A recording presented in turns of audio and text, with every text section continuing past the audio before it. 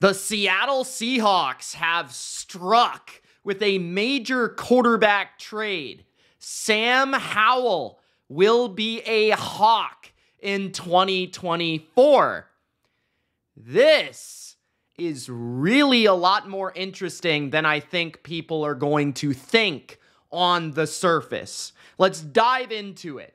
Sam Howell was traded from the Commanders to the Seahawks along with a 4th-round pick, 102nd overall, and a 6th-round selection, 179th overall, for the Commanders' 78th pick, a 3rd, the Commanders received from Seattle, and a 5th, 152nd. So a 3rd and a 5th for Howell, a 4th, and a 6th this season. But get this, that is not the headline. You read further into the tweet from Adam Schefter. Seattle has long liked Sam Howell. Now with Drew Lock signing with the Giants, Howell can compete, underline, compete with Geno Smith for the Seahawks starting quarterback job. Now, personally, I think Geno Smith is better than Sam Howell on the surface. And I think he's proven that the last couple of years. That being said, Sam Howell is a little underrated. And Sam Howell played pretty well last year. So I think this is a great trade for Seattle, especially when you consider Geno is kind of cost effective for the Seahawks for one more season, this season.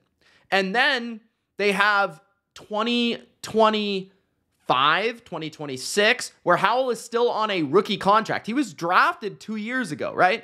So he still has a couple more seasons left of a rookie deal, meaning that he's very, very manageable on his contract. And when you would compare a Geno Smith hitting the open market next offseason at his age and his price versus Sam Howell, well, I would go with Sam Howell there. And then you think about, okay, new offensive system where it's probably going to be vertically passing game based. Geno fits it, but also Sam Howell fits it. That's what he did at North Carolina. That's what he was effective with Eric Bieniemy in Washington with those receivers. So I really like the backup idea for this season, or at least the competition idea for Sam Howell. And maybe even if Howell outperforms Geno Smith this offseason, you could move Geno Smith, right? You could move Geno Smith for a 2nd-round pick to a team that's maybe quarterback needy. Like, let's say, I don't know, if my Patriots trade back and they get draft picks, maybe the Patriots, or maybe the Vikings if Sam Darnold doesn't work out, or maybe the Broncos, right? So there's a lot of teams. The Raiders could be interested in Geno Smith. So there's a lot of different teams there as well. And I'm just throwing this out here, okay? I'm not saying it's going to happen. I'm just throwing it out. But looking deeper into Sam Howell, because that's why you're here, Gronk, spike the like button if you haven't already. Sam Howell, as a starter last year, was 4-13, 63% completion, 3,900 yards, 6.4 yards per attempt, 21 touchdowns, 21 picks. Okay, he led the NFL in picks. I actually didn't know that. But he also led the NFL in attempts. Had plenty of attempts. And that was largely because they were playing from behind a lot. But he led the NFL in attempts. He led the NFL in sacks. They had a very bad offensive line in Washington, but he took a beating. He is tough. He is a gamer. That's what I love about Sam Howell. 2 fourth-quarter comebacks, 2 game-winning drives. He's got a good arm, big arm, can throw the ball down the field, can extend plays a little bit. It's got deceptive mobility. To me, what he reminds me of is Gardner Minshew if Minshew had a better arm and was a little bit like more physically gifted. Could run a little bit better, was a little bit more, physically built. But Howell actually had some impressive moments last season. If you look back, for one, he played really well against my favorite team. So you look at his game logs, and especially at the beginning of the year, he was playing pretty well. Like he had a 3-touchdown performance against Atlanta in a win. He had a 388-yard, 2-touchdown performance against Chicago on Thursday Night Football, playing from behind. He had a 290, 70% completion, 1-touchdown game against the Philadelphia Eagles, on top of 6 rushing attempts for 40 yards. He had a really nice win against Denver, 27 for 39, 69%, 299, 2 touchdowns. That was a win. He beat Arizona in week 1, 202 yards, 1 touchdown, right? his performance dwindled towards the end of the year. I don't know if that's because of the players around him, if that's because of the offensive line getting injured. I don't know if that's because of the offensive philosophy changing. I don't know what it was, Howell getting figured out on tape. But, I mean, he had some good games. Against Seattle last year, he was 29 for 44, 65%, threw 312 yards, 3 touchdowns. That might have been his best game of the year. They lost 29-26, right, in Washington. Against the Eagles the second time, they lost 31-28, 39 for 52, 75%. 397 yards, 4 touchdowns, 1 pick. This isn't just one performance, right? This is numerous I'm going through here. New England, they beat New England in New England last year. 29 for 45, 64%, 325 yards, 1 touchdown against a top 5 defense in the league. So, I mean, he's pretty good. 48 attempts, 263 rushing yards. He's probably a low-end starter, a high-end backup right now, but he gives a lot of the traits that Geno Smith gives. Vertical passer, pretty good athlete, not a great athlete. Decent size, not great size. Really good attitude. Fighter, gamer.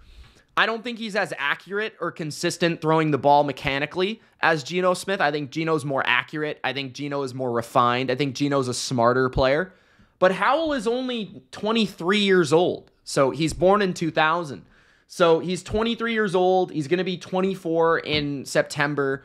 So, I mean, like, this is a young guy. So, I mean, Howell has plenty of room to grow with the Seahawks and a couple years of a cost-effective contract. At the very least, he's a nice backup to have. And at the best, he could be maybe a solution for you down the road if Geno Smith decides to get too expensive. So, with a team that is not rebuilding, they're looking to compete, but they're also looking to be smart about how they retool this team. I think Howell is a great trade for them. In terms of the Commanders, it made all the sense in the world to move off of Sam Howell, as he's no longer going to be the starter there. It would be a little bit of a distraction, as it's a new regime, and you're looking to move on from a guy like Howell, who might have some guys in the locker room really liking Sam Howell.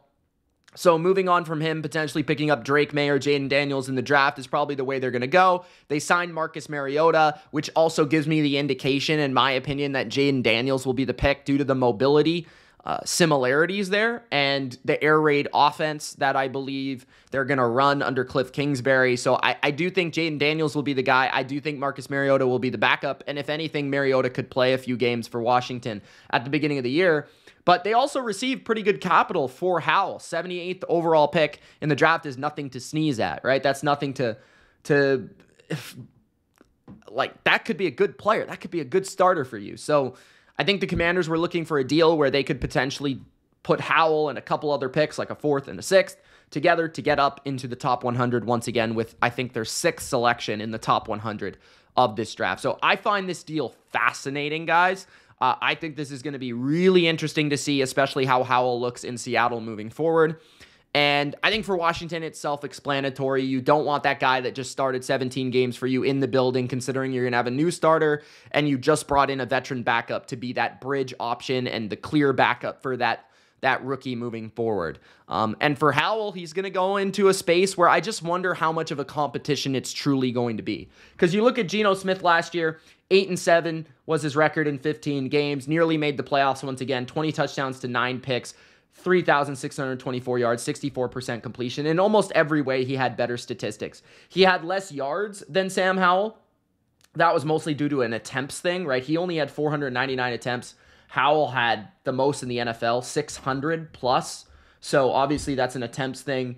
Better record, better completion percentage, better touchdown to interception ratio, less yards. But like I said, I think his passer rating was probably slightly better as well at 92.1. And then the underrated thing about Geno last year, 4 fourth-quarter comebacks and 5 game-winning drives, which led the NFL.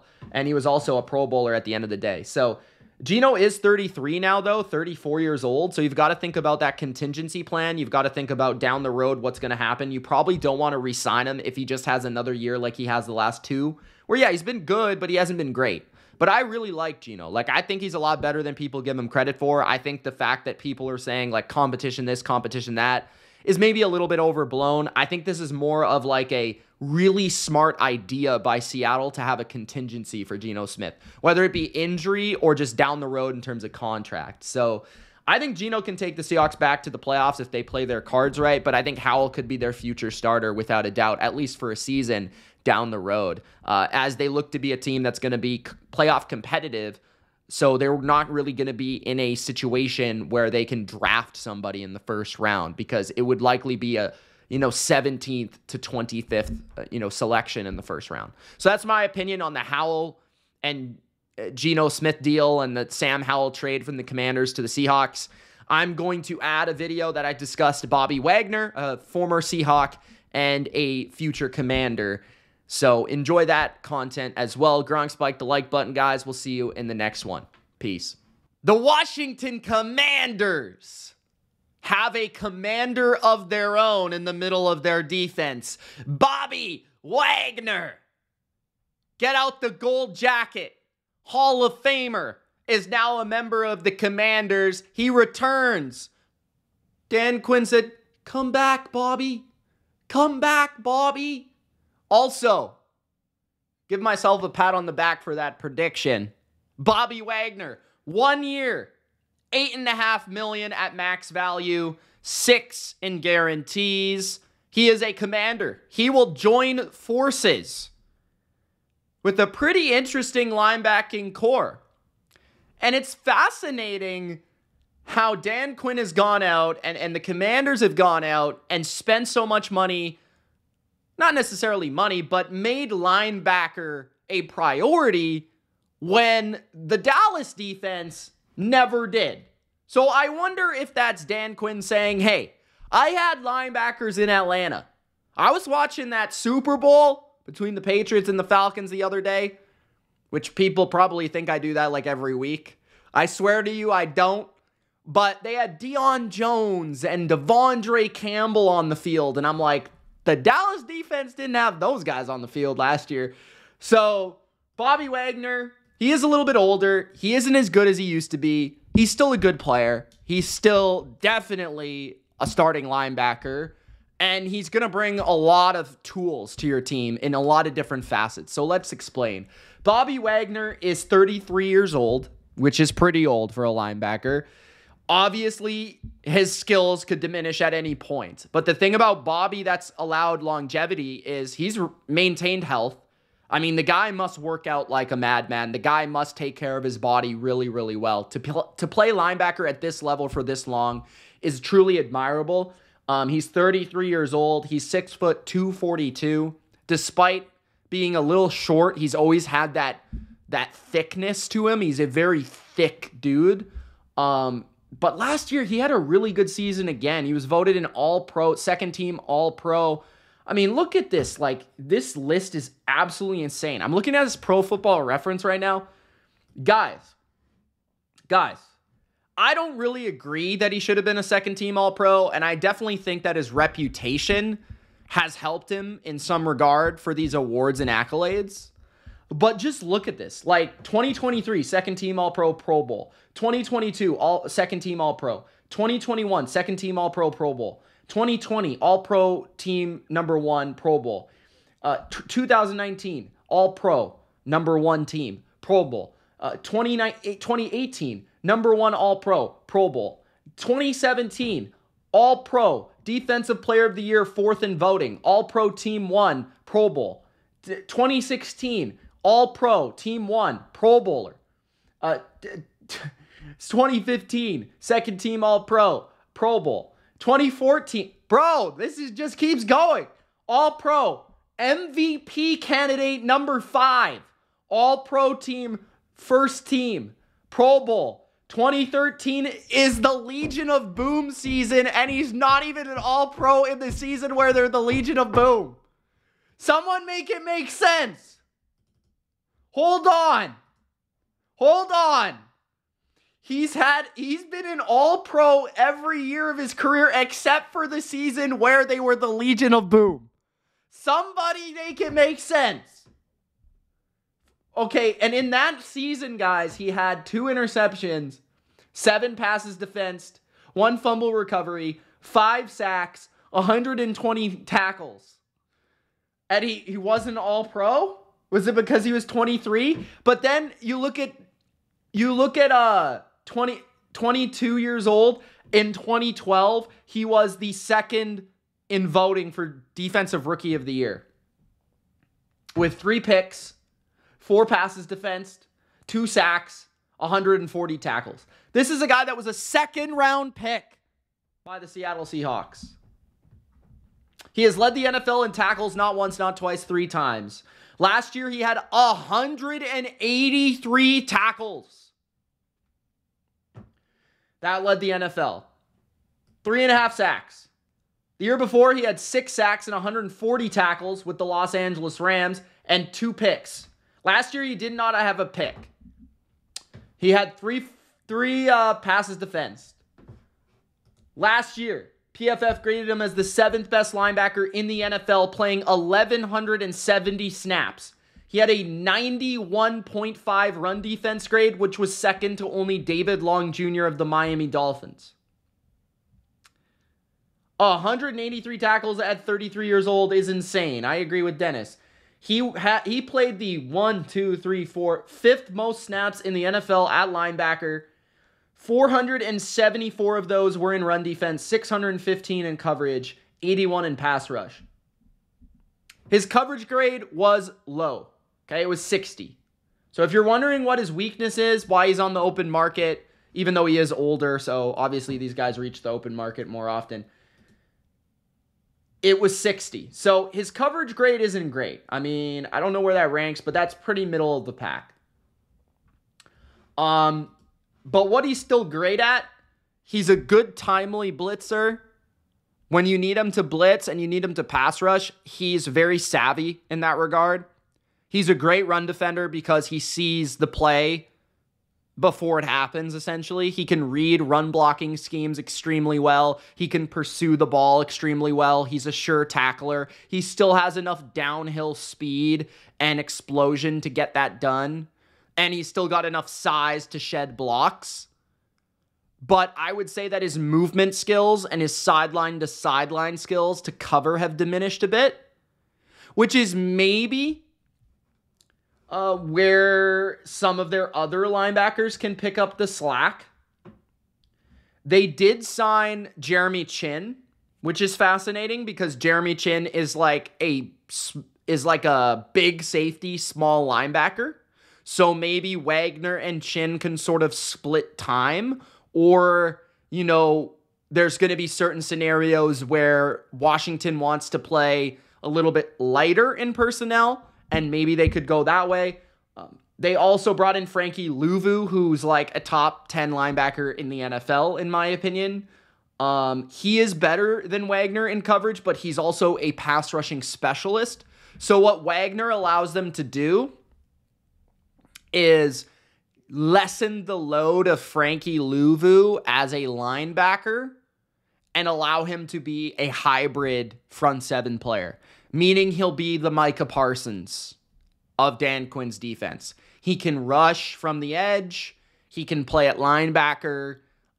He can blitz. So it frees up Louvu to be that just do-it-all type of player. And Wagner can be the guy in the middle calling the signals and the checks and being the guy that's the leader of the defense and doing all that sort of stuff. So while Dan Quinn's defense has evolved over the years more to a man-oriented style, which I actually think helps Bobby Wagner. I think playing man coverage, you know, as I've learned over the years, being a Patriots fan, I think playing more man coverage helps bigger linebackers. And that's because they don't have to flow from sideline to sideline in coverage and carry as much space in the middle of the field. Because, like, the Patriots over the years had, like, Teddy Bruschi, who is a defensive end in college. They had Dante Hightower, who was a massive middle linebacker. But they played a lot of man coverage. They would obviously play zone, but a lot of man coverage, and it kind of allowed those players to be flexible in their run fits, in their coverage on the backs, on their blitzes. So I think that actually helps Bobby Wagner in coverage. If they're going to play a lot of cover one, which has been the primary defense of Dan Quinn over the past 2 seasons with Dallas, back in the day, it was always cover 3 with Seattle. So Wagner knows the defense and the principles, but I definitely feel like the new defense of Dan Quinn will suit this Bobby Wagner more than maybe the Bobby Wagner back in the day, although that guy could probably do anything.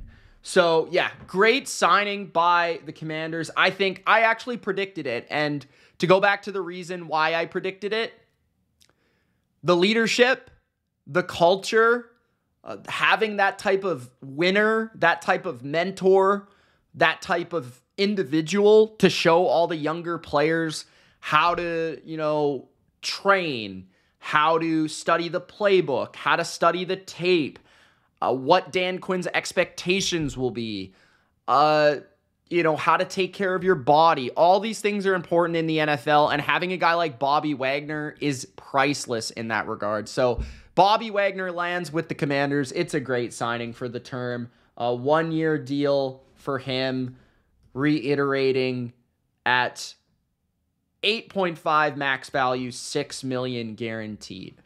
The Seattle Seahawks have a new safety. They recently cut 2 starters at the safety position, Jamal Adams, which Seahawks fans feel a particular way about that man, and then also Quandre Diggs, which they feel a totally different way about. But in Mike MacDonald's defense, he's trying to find a certain particular type of safety. Rayshawn Jenkins was cut by Jacksonville not long ago, and it's fascinating to me that MacDonald and this front office immediately looked at Rayshawn Jenkins as a find for this defense. But they signed him to a 2-year contract. He's had over 100 tackles the last 2 seasons. He's had 5 picks the last 2 seasons, 3 in 2022, 2 in 2023. He is 29 years old, turning 30. And yeah, a little bit up there now, which could have been a reason. Or he's 30 now, and he's turning 31 in January. So he just turned 30. But in terms of Rayshawn Jenkins, I was actually a really big fan of Jenkins when he was with the Chargers. When he was with the Chargers, I thought he was like a really underrated role player in 2019 and 2020, where he started games, 16 games in 2019, 15 games in 2020. He had 3 picks in 2019, 2 picks in 2020, and he had 54 tackles, 84 tackles. And he played as a strong safety in that defense. The last 2 years, though, he has had really good passer ratings allowed, 78.6 in 2022, 62.5 in 2023. And perhaps a change in scheme and perhaps too big of a contract for the amount of safeties that are in the free agency market is what caused Jacksonville to move on from Rayshawn Jenkins. Nobody exactly knows why, but he's been a good, underrated player for both Jacksonville and the Chargers. The last 3 years, he has played 91% of snaps, 97% of snaps, and 99% of snaps. He is constantly available. He's played 1,100 snaps the last 2 seasons in the NFL. And this is a guy that, for the amount of snaps that he's played, a lot of NFL fans probably don't even know who he is. Maybe that's because he plays in Jacksonville and the Chargers. But yeah, it feels like a very kind of underrated name. A guy that you wouldn't really think of. But he was graded as the 70th best safety in football last year. And yeah, hasn't been admired by Pro Football Focus since 2020. But you look at what he's done. He's played everywhere. He's played 489 snaps in the box last year, 335 at free safety, 188 in the slot. He's played everywhere, which is something that I think Mike MacDonald likes. 6'1", 200 pounds, could probably play in the box for MacDonald. I wouldn't be shocked by that with Julian Love and potentially another safety playing deep. I wouldn't even be shocked if he played some sort of Kyle Hamilton type of role. But we'll see. I don't know. Devin Witherspoon, I guess, is their guy for that. But I wouldn't be shocked if Rayshawn could also play that type of role. But I'm intrigued by it. I think he's an underrated asset, an underrated player.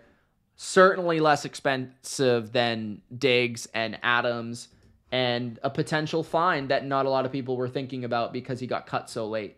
But I mean, and he's just, if anything, he's the opposite of Jamal Adams. He always is on the field. All right, like 2019, 99% snaps. 2020, 87% snaps. 2021, 91%, 97%, 99%. So, I mean, like, the guy's going to play. I know that much. So, Rayshawn Jenkins, a guy that I've always kind of liked, is a Seattle Seahawk. We'll see if Mike MacDonald can get the most out of him.